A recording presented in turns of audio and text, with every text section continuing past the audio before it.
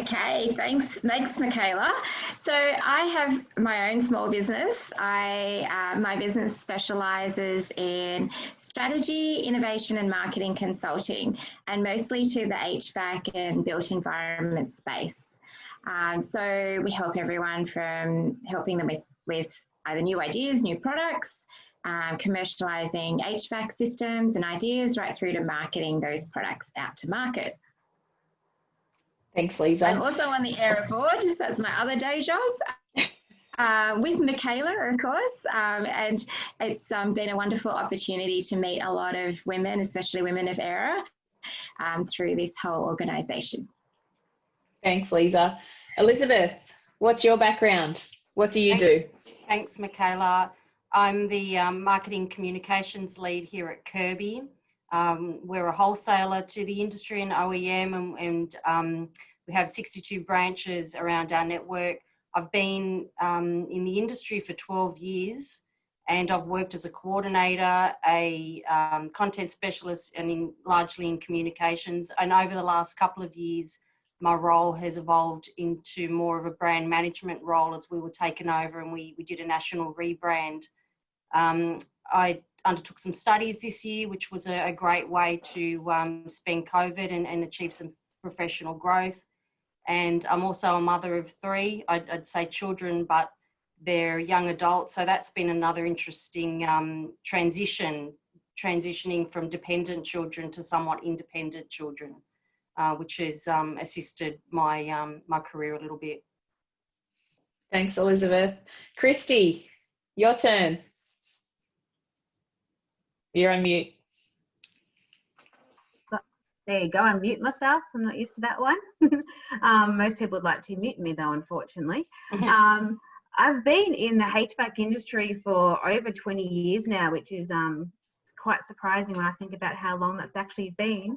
So at the moment I've been with HydroChem for just over 10 years now as their National General Manager. So I look after operations, which is all service delivery, and our administration. I've been fortunate to be able to work in all different departments. So I started my career as a receptionist about 22 years ago at an air conditioning company, and I just worked my way up. I did reception to all admin roles, service coordinator, which I love doing, and then got into account manager, service manager, which I will put my hand up, worst job I've ever done.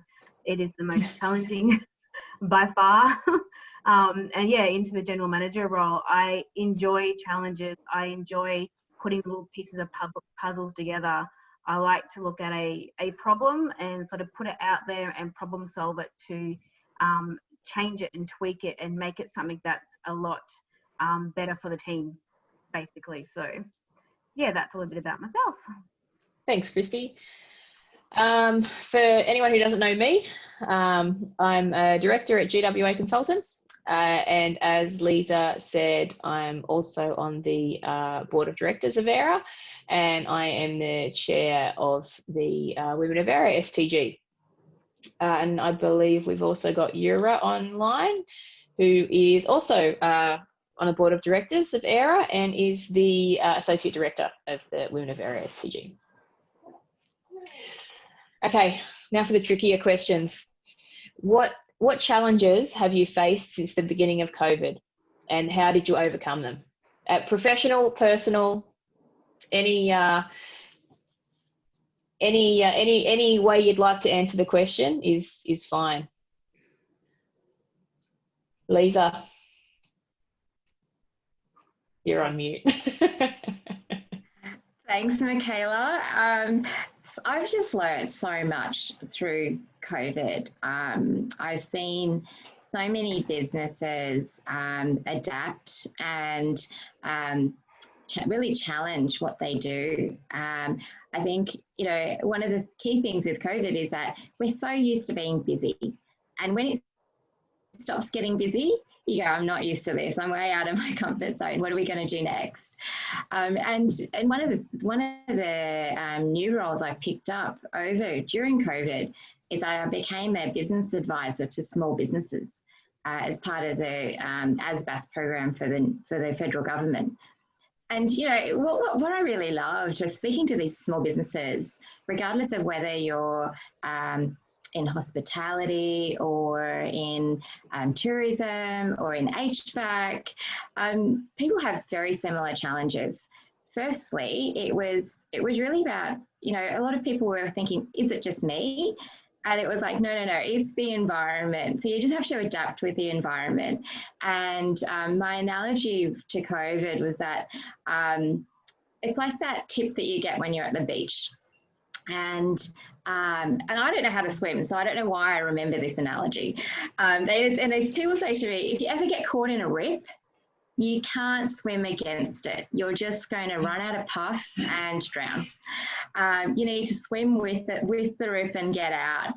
And I think that's really the key takeaway for me for COVID. The businesses that have been able to do that, and whether it's in your professional life or your personal life, if you can recognize what the situation is and the opportunity, and to be able to adapt and change what you do, you'll get out of it, and you'll get out of it stronger and more resilient than you were at the start. Thanks, Liza. That's great. Elizabeth. Yeah, that for me, I think the biggest challenge for me was just being thrown out of my comfort zone abruptly, and you know, having to work from home, adapt to new technology, and new workspace and new projects. And I found the isolation extremely hard. I'm a bit more of a social person, so I didn't cope well with that. But for me, I think I had the luxury, because I don't have any direct reports. So, and because I was studying, the journey for me took a very personal tone, and I had to just figure out for myself how I was going to get through this, how I was going to still feel connected, stay part of a team, but also what I was going to do to just, you know, figure out how to stay motivated and achieve what I wanted to achieve out of the year and maximise it. So for me, I just really focused on what my purpose was. And for me, the purpose selfishly was just that professional growth. And when I said that my kids have transitioned to a somewhat independent age, I guess I felt my time had come to be able to focus on myself. And so it became a very personal year of just realising that every challenge I overcame, or every obstacle that was in front of me, by mastering that, I was just fulfilling my own purpose, which was that professional growth. So it kept me very focused and driven. Understand that, you know, but as I said, I had the luxury of being able to do that.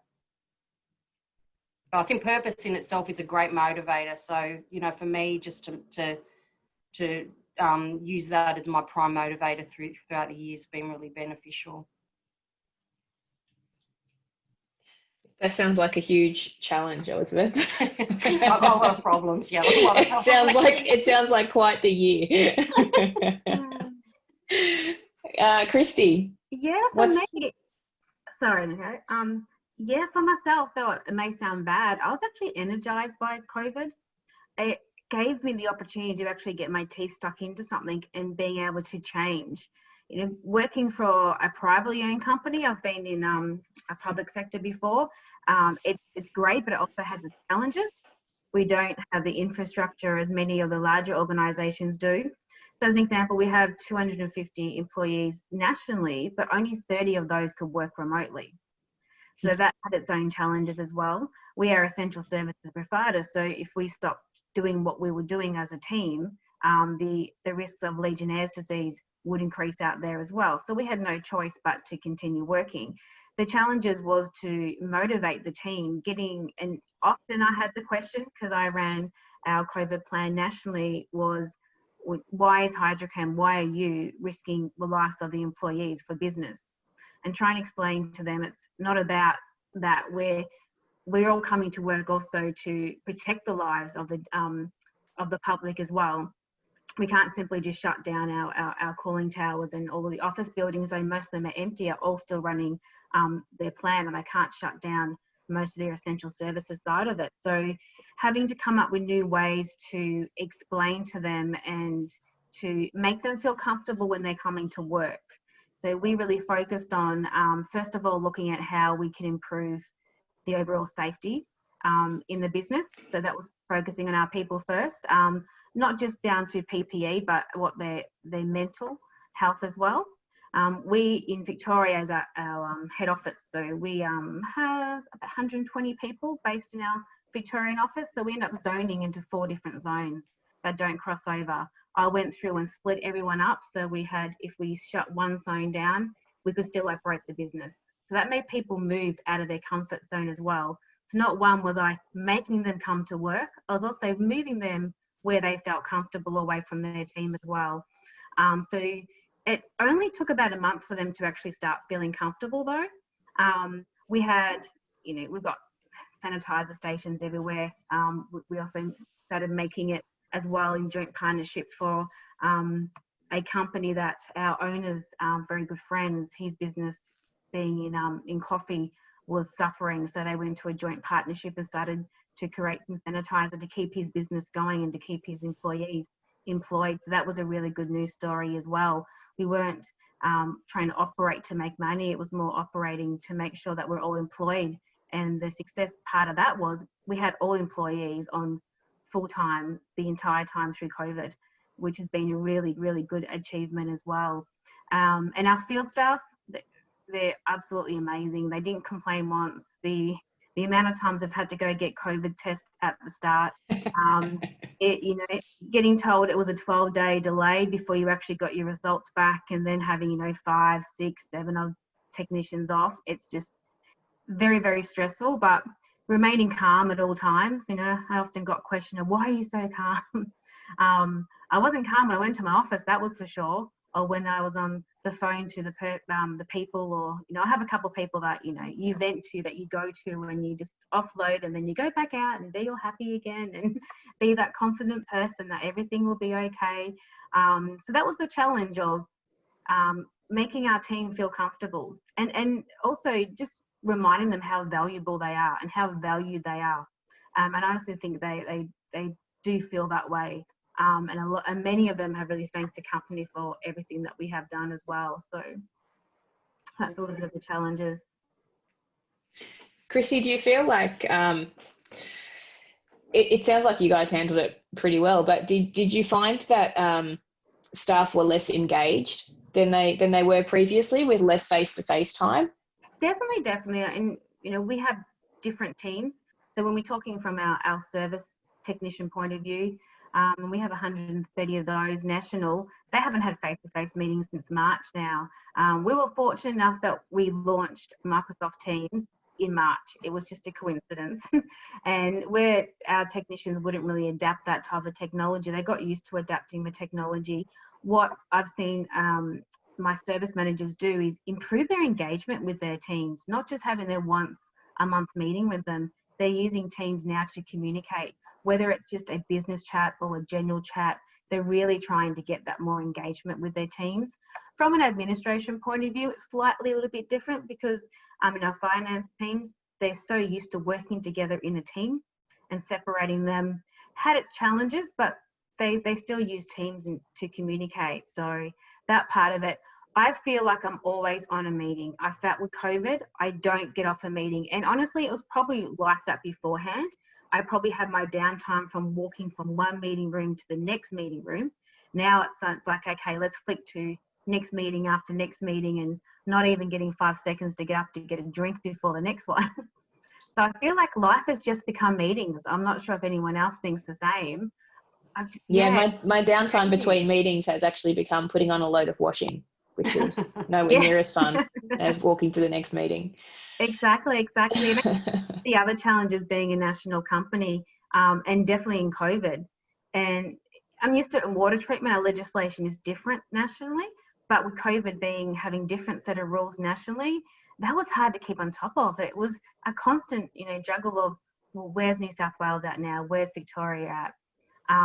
So we're very, very fortunate that, in touch wood, Victoria, which I am based in, was the main state that obviously had the lockdown and the main issues. But if I had to do that nationally, my hair would be a lot grayer. So I did dye it last week, but then what it is now. So managing one, as I said to my HR manager, it was a team of 3 of us that really worked well and bounced ideas off each other. The rule was not one person could make the decision on their own. We had to have at least 2 of us agreeing to the decision. I felt like we got no break when the South Australian 3-day lockdown happened. I felt like, where was our breather? It's coming. I'm sure it's coming. Yes. Well, they lasted 3 days, and yeah.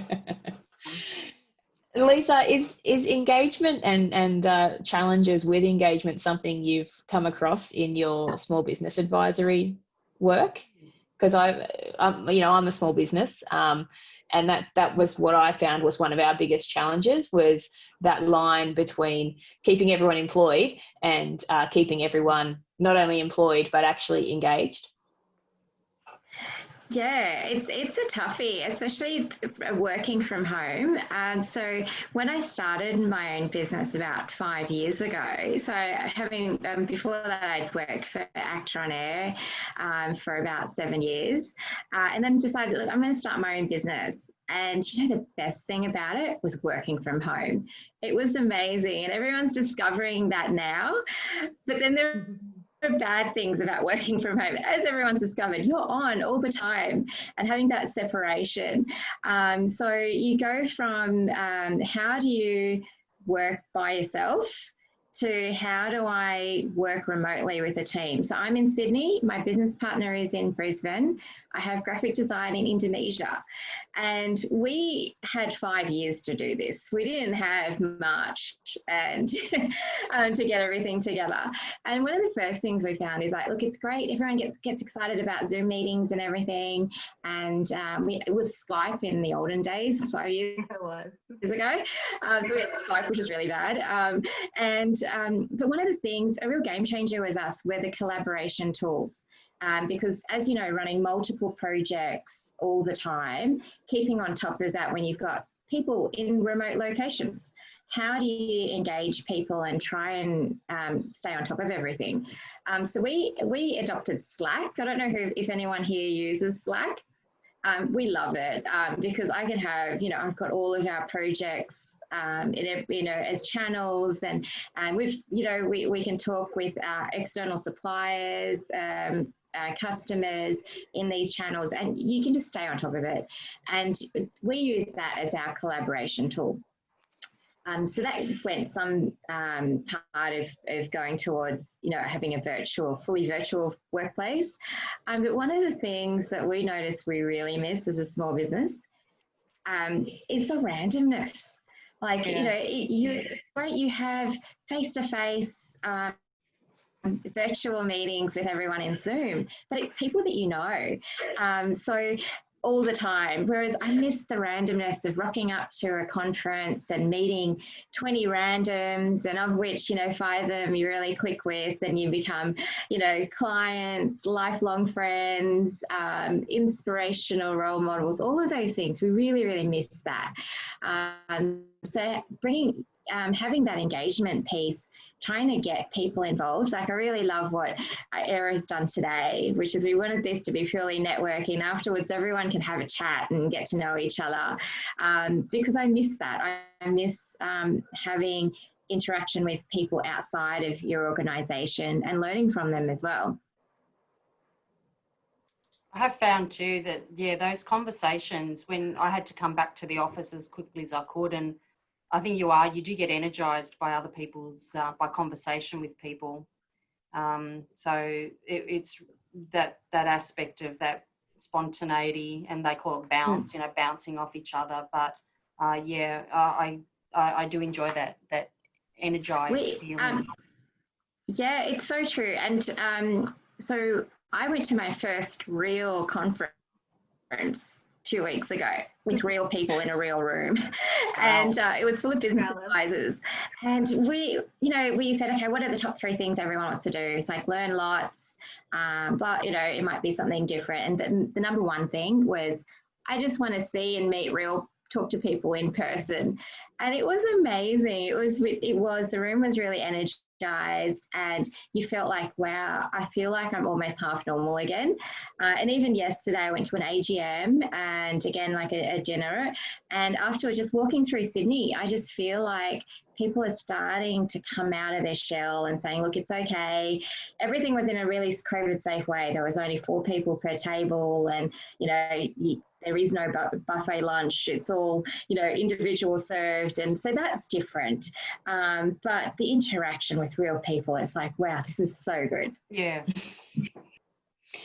What do you guys think is the ideal mix between working from home and working from the office? Would you rather be at home every day, at the office every day, or is there some perfect mix that you think would work? I personally like a mix myself. So I've always been fortunate enough to work from home in my role, mainly because I do a lot of traveling. I travel to work every day, which is quite far, but I travel interstate every couple of weeks. That's one thing I was definitely getting over towards the end. I felt like I needed a break, and seriously, I cannot wait to get on that plane. I would often do so many day trips, and I've already told my team there's no day trips. I'm there for a week. I ain't coming back.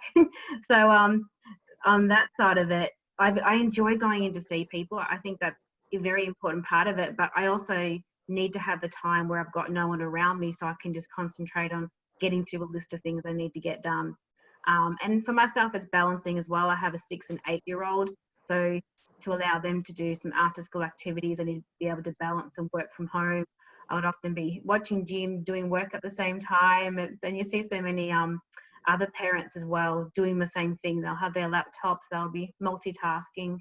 So for me, I enjoy doing 2 to 3 days in the office, and then the other, I must be, I'm only 4 days, the other day at home. But yeah, I would say a mix of, 3 to 2. And that's something that my husband's looking at doing when he does return into the office as well. What about you, Elizabeth? What's your perfect mix? Yeah, 3-2-4-1. I don't mind that 1 day at home, but yeah, like I said, I quite enjoy it. Like my office here is near the kitchen.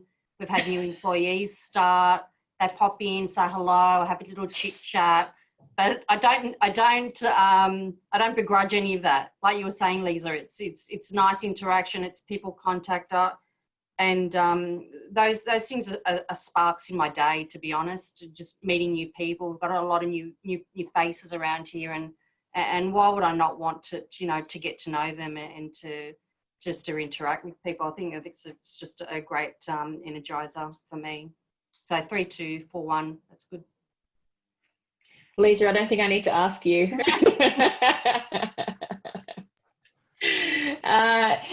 Any pearls of wisdom? Is there anything that you guys have particularly learned throughout the last few months that you think other people could benefit from?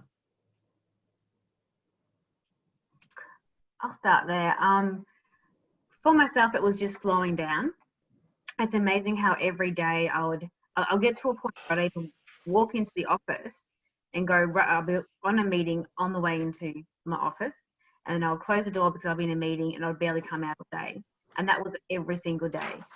In COVID, I've talked to so many people, and I tried to slow things down because I felt like I was getting to a point where I wasn't having that interaction, and not just with my direct reports. I have a lot of direct reports, but everyone else in the organisation, what an impact that has on them, just by going out and having that 5-minute conversation or saying hello with the people that we had remote.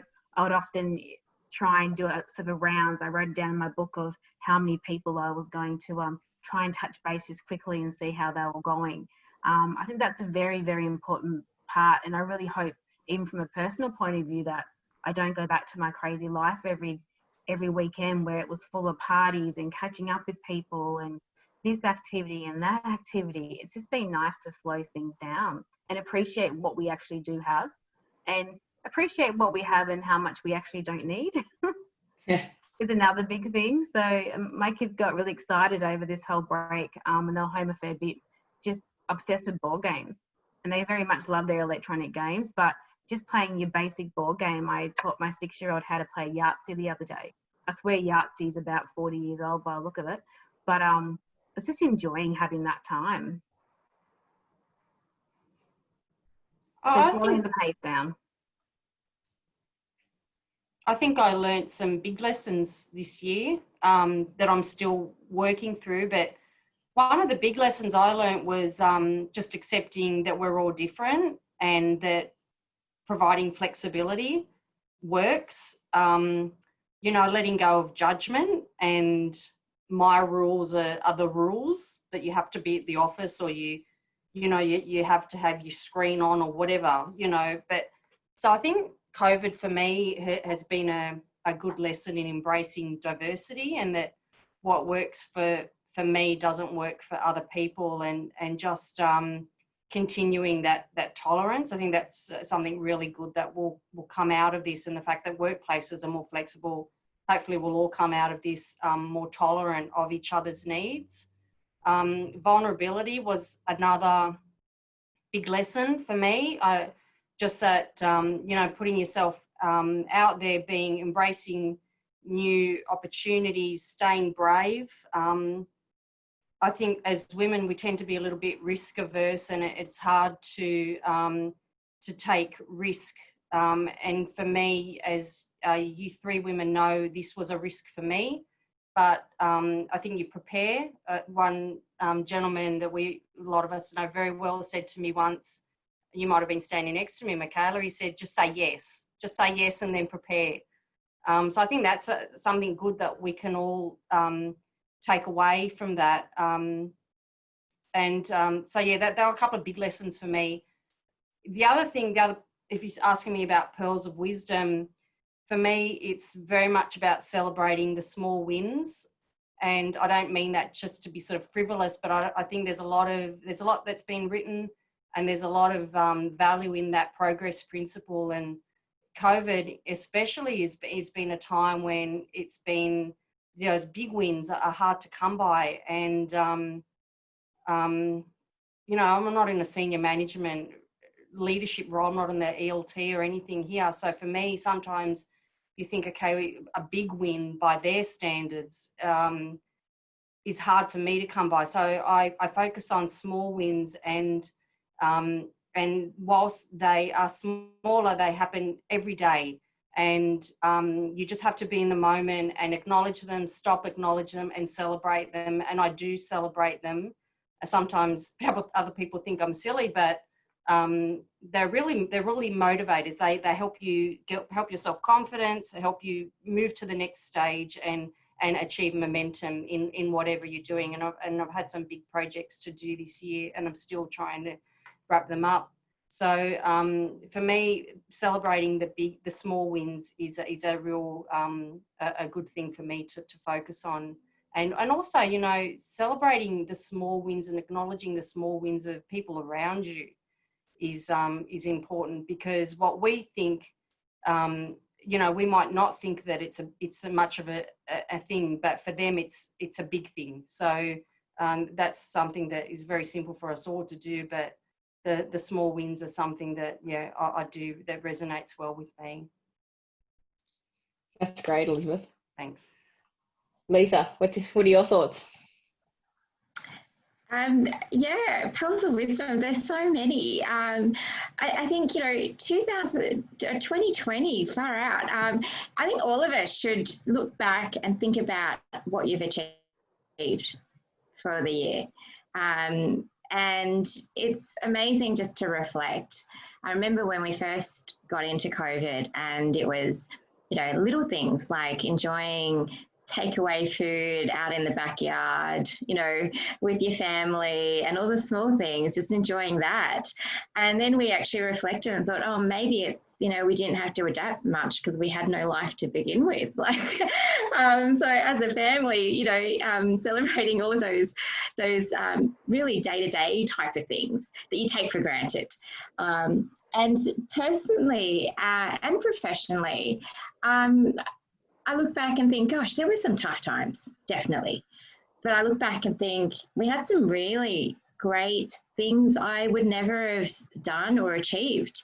So some of the things were, COVID allowed me to do things that I had put on hold.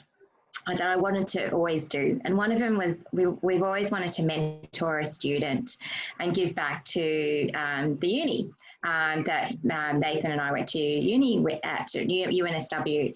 So we had the opportunity to take on not just one student, we ended up mentoring 3 students. And out of that, we created a passion project, which was to create an innovation index for the HVAC&R industry. It's never been done before. It's not quite finished yet, but it was something that would allow us to really look at what are the great things that are happening in the industry, what's affecting, how has COVID affected people's innovation pipelines? What are they doing about it? What are some of the trends? What are the things that are coming out? We had an opportunity also to work with one of our clients and partner with them to bring out, because right at the start of COVID, before it got really scary, a UV air purifier that clips onto a traditional ducted system. And I did a lot of research with consumers and aged care. And, you know, what was really clear is that the aged care people, they didn't know what to do. And this is before Melbourne lockdown, where so many people were killed, lost their lives. And looking at how do we help as an industry? How do we help someone choose the best indoor air quality system for them? They didn't know the difference between HEPA and filters and UV. They were so unprepared. They were so focused on getting PPE, and sadly, a few weeks later, it all just went downhill from there. So the industry, the built environment is very unprepared for COVID. And what it really demonstrated is that our industry has such an important role to play. So when McKinsey is talking about indoor air quality, in their weekly newsletter, that this is a hot topic across the world. And if we can play our little part in helping people breathe in fresher, cleaner air, in helping small businesses survive through COVID, and just checking in on a friend and seeing how they are going, and giving them some support and assistance. I think if we look back, we've all achieved so much. And not only that, I got to learn how to play Scrabble. Never got to do that before. And so there's all the little things. So 2020 was a great year. And I think that 2021 is going to be even better. Definitely. Just one more thing, if I can say, Mikaila, I think what COVID also showed us was there was no rule book, no instruction manual for COVID. And it just really shows that we didn't really need one. It's trusting everything that we do know and just to adapt to it. I think many people just underestimate how we can adapt in a crisis situation. Many of us in our roles deal with crisis management in a number of different ways. It's very basic logic. As long as you break it down and not being reactive and we really focused on long-term solutions, like we did with our phoning, not short-term. But yeah, really focusing on analysing what you've got and breaking it down, and just trust your gut, because sometimes you don't get it right and then you adjust it. Being the confidence to admit, yeah, I've got it wrong, but that's okay. We'll adjust it and we'll try this instead. And then also get input from your team as well of what didn't go right and what they would like to see different. The collaboration side of it, we use MS Teams. We really got a lot of collaboration from our team members that would never usually would give so much content, basically because they were never asked. Yeah. I might actually open the next couple of questions up to anyone. If anyone has got an answer for this, feel free to put your hand up. I'll put it to the panelists first. But if anyone out there does want to answer, please put your hand up, and Marie will unmute you, and you can jump in with an answer as well. Liza, I'm going to ask you first because I liked your answer about Scrabble so much, and hopefully you've got something else for me. Well, what's the best thing that's happened to you so far in 2020? Best things. Mentoring people. I had forgotten how much joy you get from helping others. And if you can make a difference in anyone's life, no matter how small, it's it's awesome. And yeah, love it. Elizabeth. Yeah, I applaud you, Lisa. I remain selfish. She's much more altruistic than my answer would have been. I applaud you. I think the best Well, thing. it definitely wasn't the money. True. I completed 8 months of part-time online study, which I haven't studied for a long time. So it was new. It made my brain work again, and I did a lot of that self-reflection throughout that. It was a women in leadership course, so it pushed me, and I think that was a good achievement for me. So I agree with you, Lisa. 2020 was a good year. Christie, what have you got for us? Yeah, the same as Lisa. The mentoring side, I saw so much development in my team in the last 12 months that I did prior. Their resilience just grew so much. So I'm so incredibly proud of what they actually had achieved and what they challenged. They challenged themselves so much more and had so much trust in the decisions that they were making this year. Because we slowed things down, it slowed the pace down where I could just get them to make their own decisions and try and guide them a lot more than being so fast track going, no, you must do this, that. So I found that slow pace side really helped develop the team. And yeah, that has been the most rewarding side of it. I just finished reviews about a month ago, and it was just the most long, exhausting thing I have to go through for 2 months. But the most rewarding part I have, it's just seeing how much they grow. And then they instill that onto their own team. It's just, yeah, very rewarding. Anyone else? Anyone playing along at home got anything that they'd like to share? Anyone? No one. Silence. I can say something. Hey, Priya, thank you. So I guess personally, it's more on the personal side, but I'm from the US originally, and I've been in Australia for about 5 years. And my immediate family in the US is kind of scattered, and so I haven't lived near them even before I moved here. But they're all so busy all the time because my parents are really social. My sister has 3 really active kids. But because we were all kind of forced to be home all the time, we were able to institute weekly family game nights. So it's like game brunch for us in Australia and then game night for them in the US. That's been really fun because my oldest niece is 10, and I feel like it's been hard being so far away from her and not knowing when I'll get to see her, but I've gotten so much closer to her this year than like any of the years combined, I feel like. So highly recommend if you have family far away to do something like that. That's a really good one. Mine would be similar, actually. Would be, I've got 2 young kids. One is 3 and one is 6, and I went back to full-time work when they were both quite young. And I think that that's probably been the best thing about 2020 for me so far, is just the amount of time that I've got to spend with the kids, which was actually quite overwhelming at first, because I wasn't,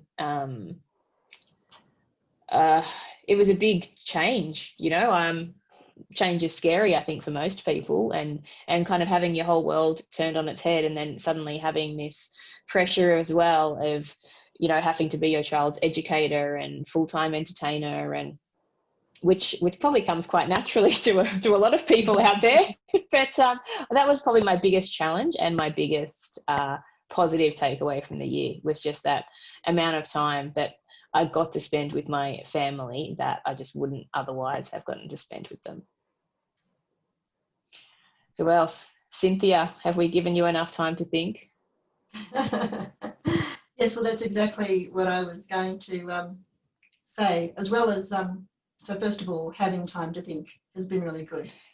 Just because I work in a policy space, and it can be all rushing around to meetings and trying to get things done quickly, but because of quite a few things had to go on the back burner, I've been able to sort of sit and think about them a bit more detail. Some of the our stakeholders have had a little bit more time on their hands, so they've actually answered surveys. We've got a lot more feedback than we normally would have. So all that contemplation, I think, has been a real value add for us in the world generally. And I just also like to add that in terms of my family, my husband is at home because he had a stroke several years ago, and but I'm a very outgoing person. I don't like hanging around at home too much. And being forced to stay at home a bit more has been very good for our relationship. That's excellent. I don't know if it's been better or worse for my relationship, to be honest.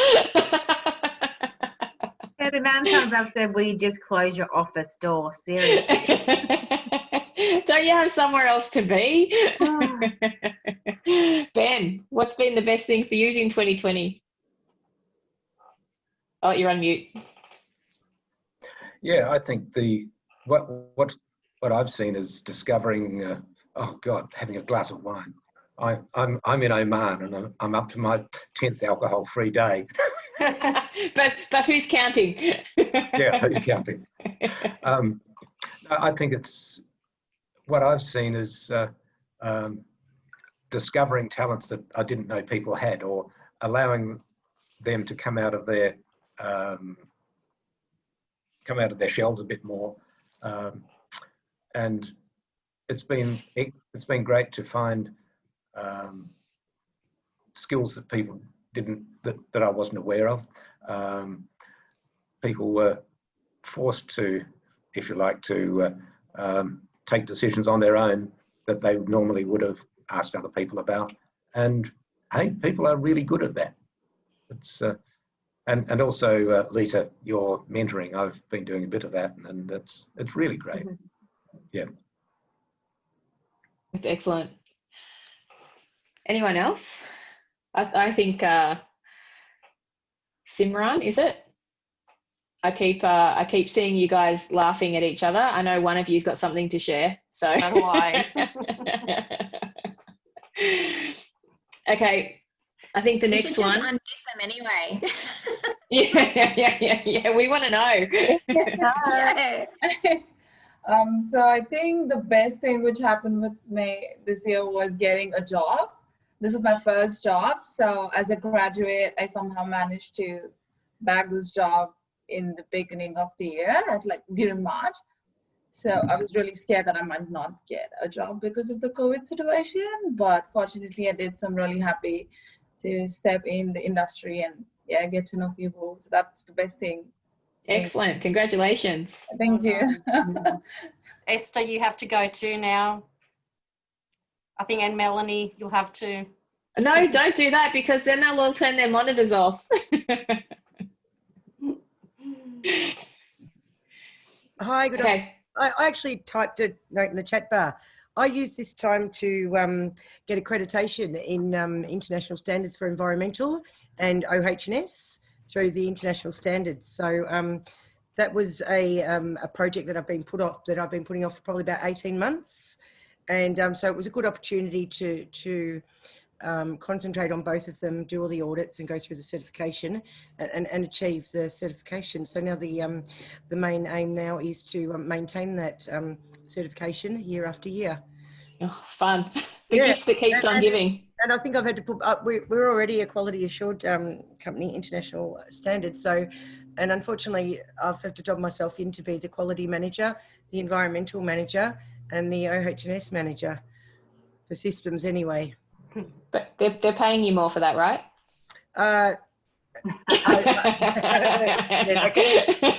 Comes with the territory.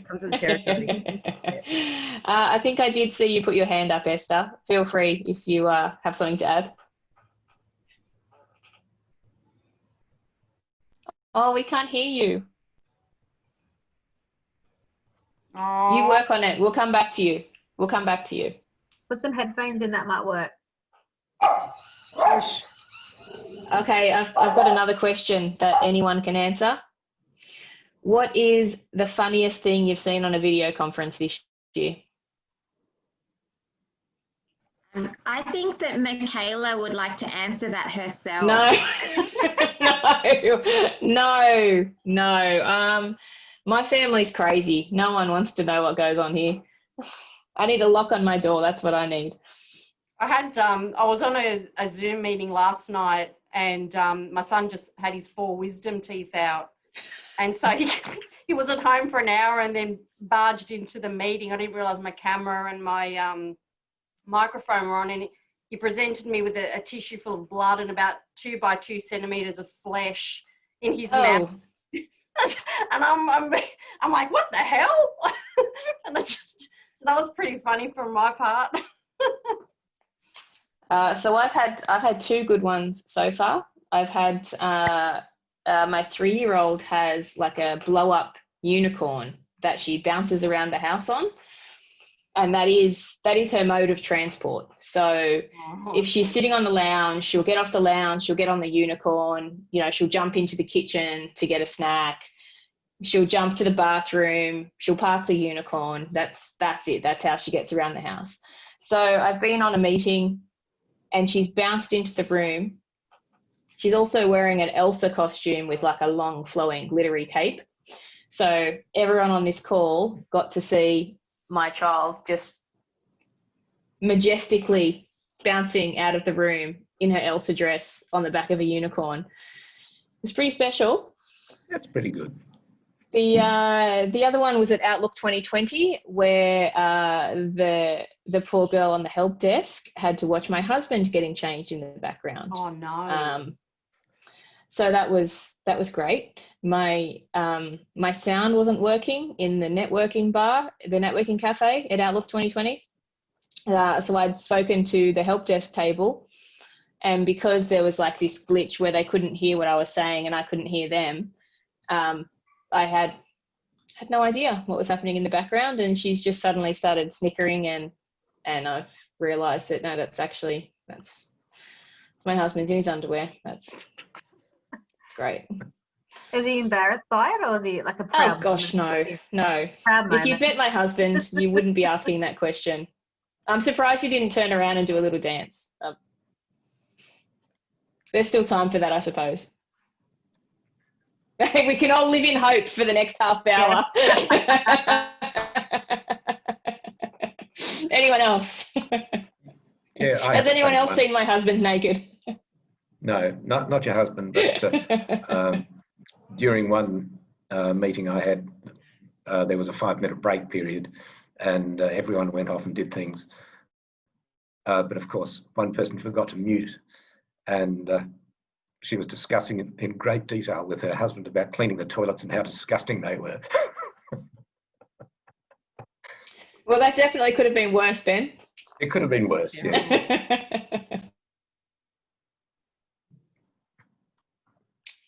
Who else? Anyone else? Many people have heard me yell at my children in a nice way, but more not hear in a nice way. I'll be muted, so I'll be going like this, or just be yelling at them, so that people think I'm talking to them, but I'm not. I'm yelling at them and facing my computer at the same time. And not once do they ever listen to me. I'll pull it out. No. They didn't stop arguing. I have no door, unfortunately, in my office. So my husband has an office with a door and I don't. So I think we might have to swap. Anyone else?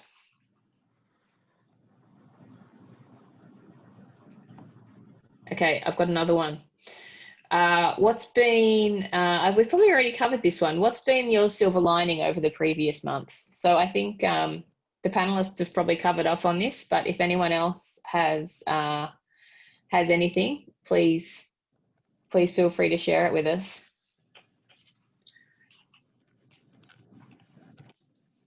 Anything you've learnt, anything that you've learnt about yourself. Did you teach yourself how to knit? Did you make sourdough? I started brewing kombucha. Someone had to do something better than that. Did it taste any good? Yes, it's delicious. Well done. I told myself I was going to bake and that never happened. No, I didn't even lie to myself. Yeah, no. I set myself a 10K run goal and I got that done. Oh, wow, well done. That took about 8 months to achieve. But that was really, I kind of commented at the time that it was a really good parallel goal, like just sort of push limits and to just, you know, sometimes you reach a point in your life, maybe as you get older, you think, what am I made of? You know, I'm no SAS.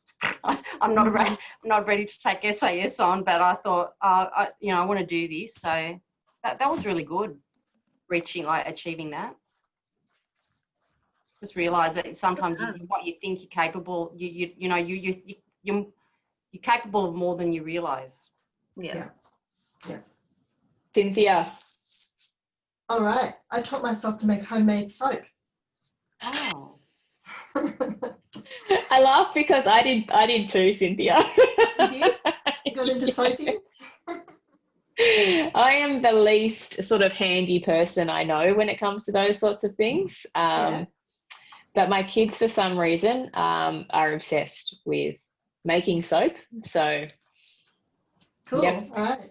How did it go? We could be soap nerds at each other, probably for ages. How did it go? Did you successful? Yes, successful. In fact, one of the silver linings from it was that so at my workplace every September they hold a thing called Baking for Babies, and it raises money for equipment to go into premature wards. Oh, that's nice. And obviously, the name, it usually revolves around baking, and it's usually extraordinarily successful. But of course, this year there were fewer people in the office to eat the food, and also everyone was very conscious about their COVID calories having been stacked on over the past, so people were less inclined to eat the food. So I said, "Oh, would you like me to bring in some of my soap?" And it sold really well. So I was really pleased with that. That's excellent. Yeah. Mine isn't saleable. I'll be honest. I've got one of mine here. I can show you. There you go. Oh wow! No, that's not what I make. Yeah, that looks almost edible. Yeah, I think you've got to give up your day job, Cynthia. That one's rose scented from the roses in the front of my garden. Oh wow! Okay. Jenny.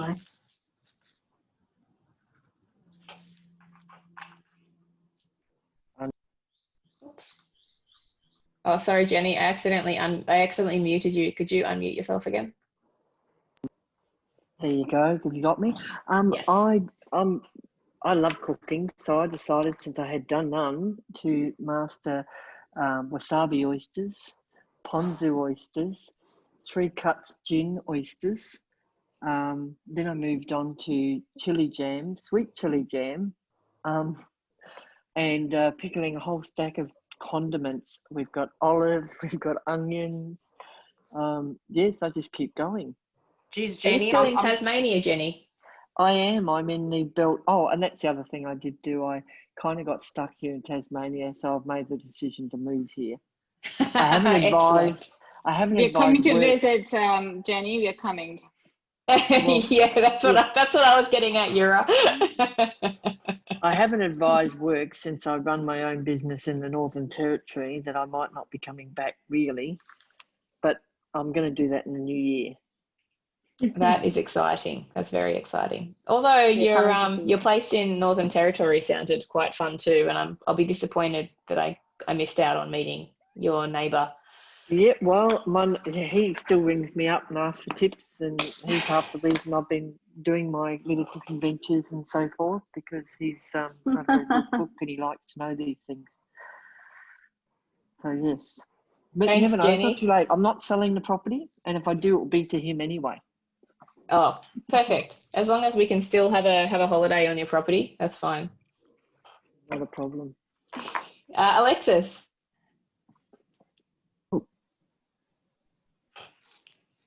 Hi. Hello. I'm probably a newie here, but I suppose I found time to make some socks. I learned how to knit years ago, but I never learned how to make socks before. So I made them for my entire family, and I made some beanies and things like that. It's amazing. That's fantastic. I reckon we've got a bunch of overachievers here for sure. I think like one of the things that I've really noticed, and you can pipe in as well, and Mikaila and Speaking of Elizabeth, overachievers. I am so proud of where Women of AIRAH started and where it is now. And each of you have personal stories from, Mikaila going, oh, do you think I should go for New South Wales president? Or, or Yura saying, should I go for the board? And Elizabeth saying, just 12, not even, maybe just over 12 months ago, she's going, I don't know if I even really fit in. Should I be an AIRAH member? And then she became one. And then we said, okay, we've got to be a champion for Women of AIRAH. And then she wasn't sure. So we made her anyway do that. And she's a great representative. And she won a scholarship to do some additional study. And, 12 months ago, Elizabeth didn't want to talk in front of other people. And now look at her. So this is the thing. Thank you. She still doesn't want to talk in front of other people, Lisa. We just make her. Yeah, she just But that's the thing about like being brave, right? And that's like, I mean, some people are jumping, on putting their cameras on. Alexis, thank you for joining us, and being new, and that's great. But that's the thing, that it's kind of scary, but there's ways to reduce risk. And as I said, you just sometimes have to prepare, but it's also just like attending the AIRAH conferences. Like I'd love to see more women there at those events. And for us, we think we don't know anyone, so I'm not going. But like one of the first, apart from Liza, you've always inspired me. Mikaila was one of the first ones I saw. Was at the Women of AIRAH event. Liza, my memory escapes me at times, and she hosted that event, and I was so admiring of you, Mikaila, and then to find out after that was a big step for you, but you inspired me to push myself further. So I think the lesson is to continue for us all to be brave and to step out and do new things, and the next time this is on, that we join again, and then we get to know each other a little bit more, and that's how community builds, isn't it? Yeah, it is. Look, I know there's a lot of people leaving. Feel free, if you've got to go, please feel free. Thank you for joining us, but also don't feel like you have to go. We could yammer on for the rest of the night. But thank you for joining us. This will be a regular event. Liza. Does anyone have any questions for us? Or questions they want to ask the rest of the group?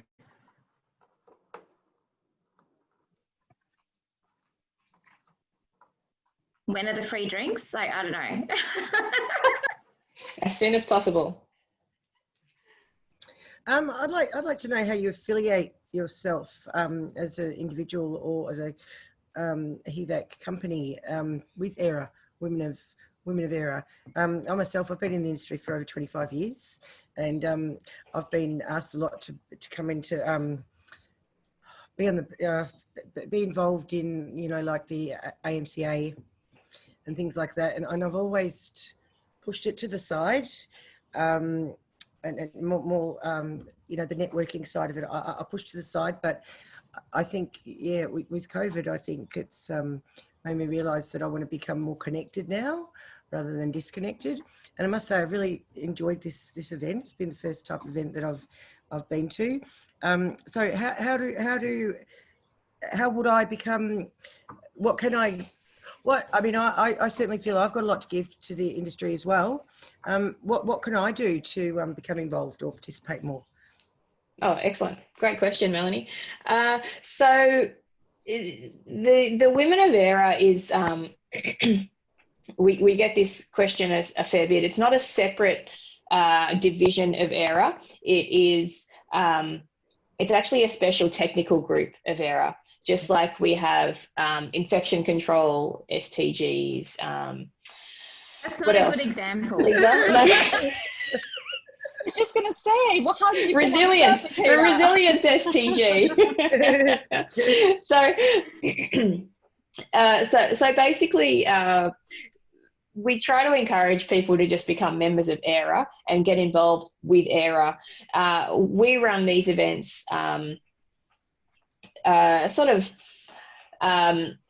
we try to have a presence at all of the AIRAH events, basically, just to have that more diverse presence at the AIRAH events. We do have, as I said, a special technical group, which at the moment is made up of champions from the other STGs and state divisions, because we found that gave us the most reach, and it gave us the ability to have the most input into the whole of AIRAH. But we do also, Martina, for instance, who's on the call, is a member of the STG. I think she actually did end up getting roped into one of the state committees. But certainly, if you want to become a member of the STG specifically, put your hand up. But apart from that, just come along to these events. We're going to run these more regularly. We also try to sort of piggyback a Women of AIRAH event onto the major conferences that AIRAH runs, which obviously has been put on hold a little bit this year, but that is something we're going to try and continue to do.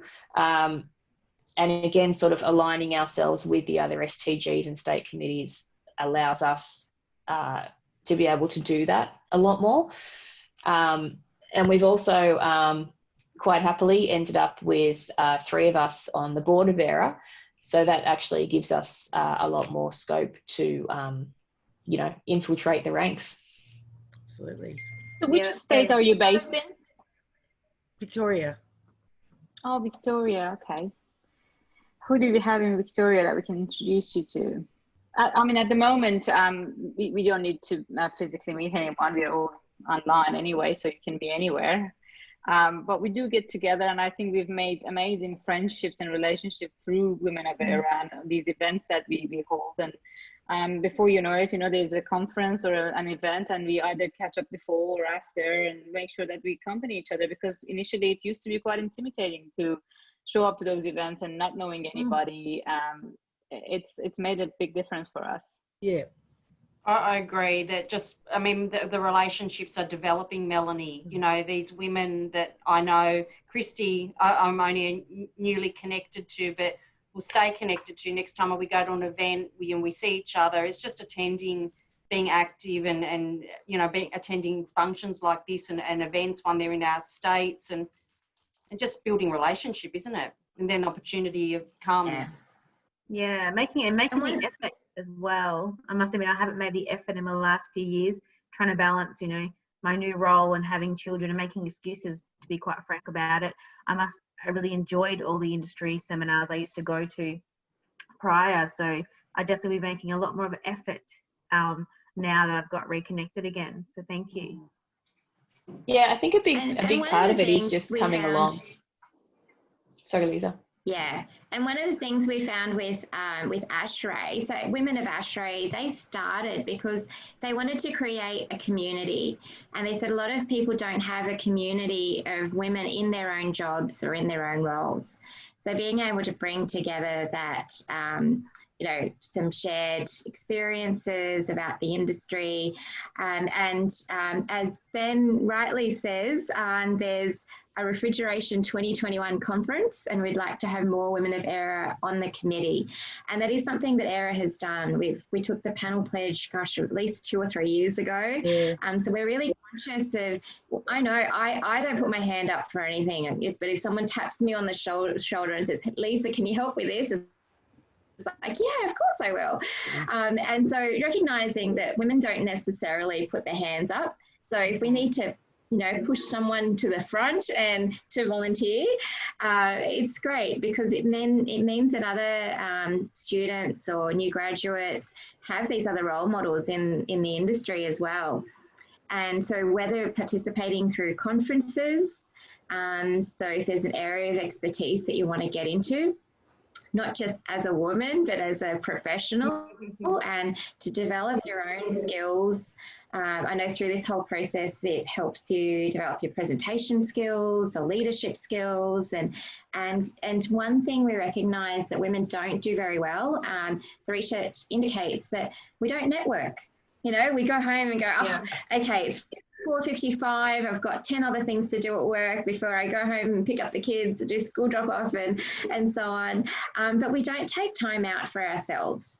And I think this whole Women of AIRAH has allowed us to go, great, let's spend time building these connections, because it will help you in your careers. It'll give you a different insight in other facets of the industry.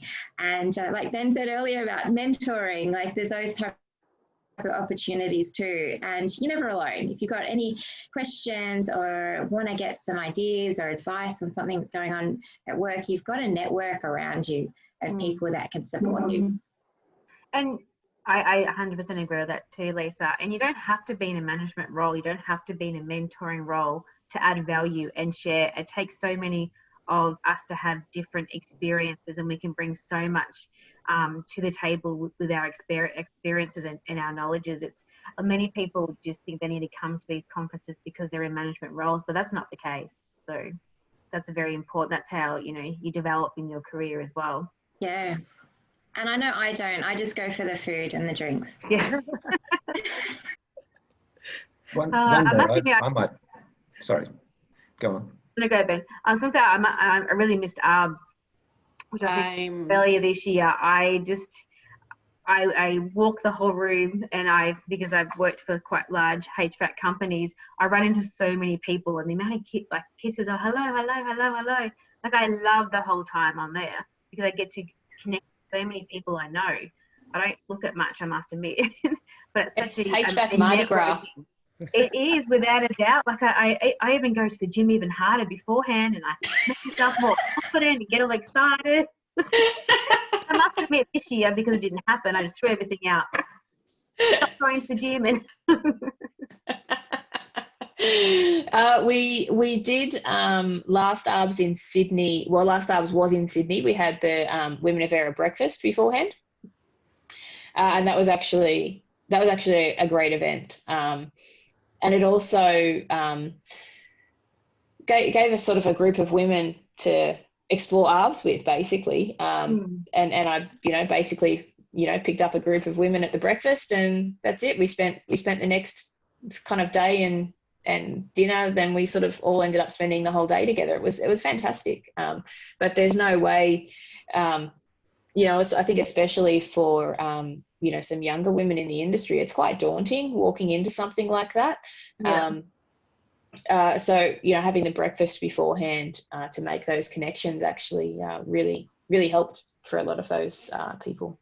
And we're all quite different too, so it takes time. I had one of my service managers in WA, they had their AIRAH conference, and he was so nervous. He's such a very good communicator, he can't not love the guy. And I was saying to him, it took me probably a good 1 or 2 years to feel comfortable doing a conference like that or attending a networking session. It took time, and I'm quite a extrovert type of person, but every time you walked into the room, you'd have like little butterflies. You don't know who you're going to meet, who you're going to see, but when you walked out the room, you felt so much better about yourself and so much more confidence, like you could achieve so much more. You could go out and start your own business. One day I will, Lisa. You do But you've got the contact, Christie. Yeah, it takes time. It takes time to get that confidence. And it's not, you don't get it a day one, but if you keep going back, it gets easier and easier. Another area that is a great place and way to make contacts and also to share your expertise. There's a whole bunch of committees through Standards Australia, and they're always looking for people to join the committees. I'm on a couple, but and an IEC committee, but you don't necessarily have to be you need to know something about your subject, but you don't necessarily need to be the world's top expert in something. Don't underestimate the contribution that you can make to a standards committee, and they're a very good networking opportunity, meet people. So I'd throw that one in as well. Good tip, thank you. Yeah, that's a really good idea. We might think about wrapping it up. Does anyone have any other questions? Any feedback? Please, if you don't want to give us feedback now, please think about anything we could do better for these events. Any topics that you'd like us to cover. Please let us know. Please get in touch. We're more than happy to take that feedback on and use it to shape future events. Thanks again to my wonderful panelists, Christie, Liza and Elizabeth. Thank you so much, guys. Marie, thank you so much. I was absolutely terrible throughout the whole organisation of this event, and if it wasn't for you, this just wouldn't have happened. Thank you everyone for joining us. Hopefully see you at the next one. Thank you very much, Mikaila, and thank you everyone. Bye. Thank you. Bye. Bye.